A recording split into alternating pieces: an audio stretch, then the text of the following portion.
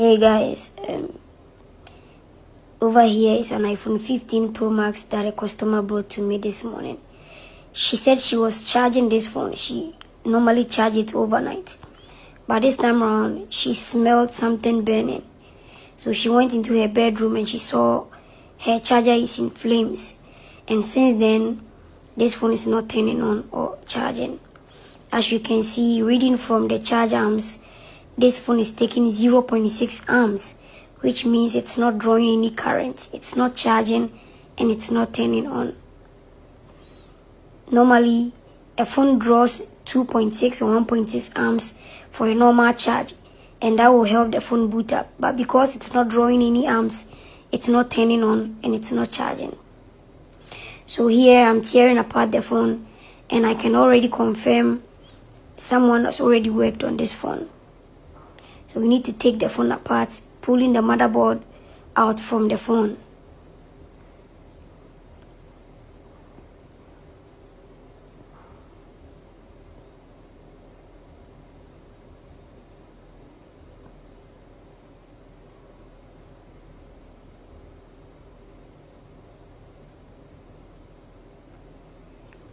Taking visual inspection, I can see someone already tampered with this phone. Somebody already tried to fix this fault. So I know I'm not the first person to touch it.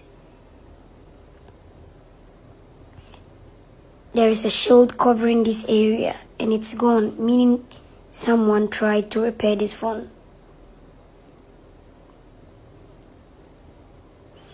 So we need to separate the board.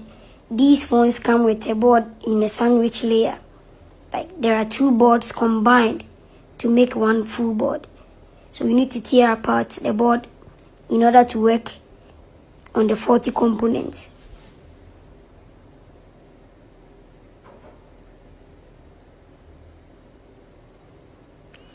Using microscopic view, I can see there is a lot of flux on the board. Someone already tried to fix this phone. I see there is a lot of solder flux on the chips, which means it has been worked on maybe more than twice, and the charging IC EEPROM has been replaced. The best solution to fix faults like this is to do a direct CPU transplant, because if this phone was easy fixable, it would have been fixed. It wouldn't come to me. So I do not attempt to repair these phones. I just transfer the CPU, the NAND, and the EEPROM to a known working board, and then I can have the phone working. So here, this is me trying to pull the CPU out of the board.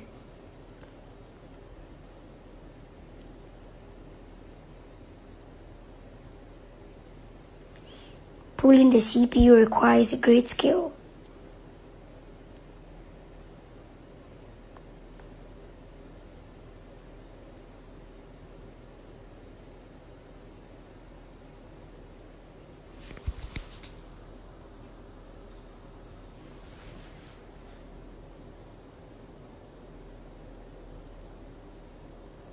And that is the CPU. This is the main brain of the phone.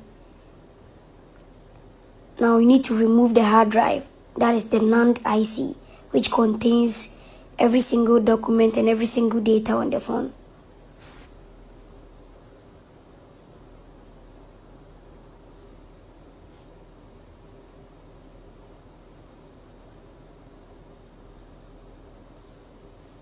This step is, now you can see, this step is me cleaning the CPU and preparing it for its new board.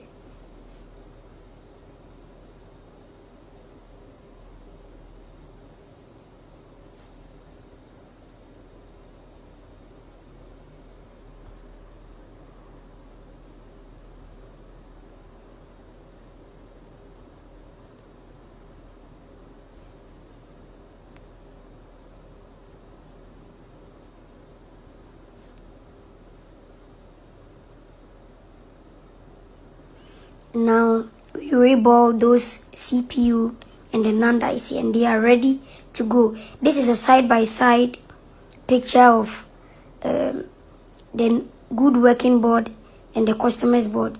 After putting everything together, we need to combine the boards back. So we put them back to the preheater to combine the two boards together.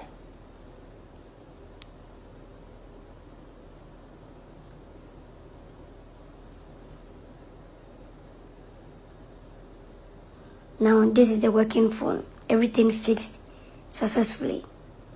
Customer data saved. Phone back and working perfectly.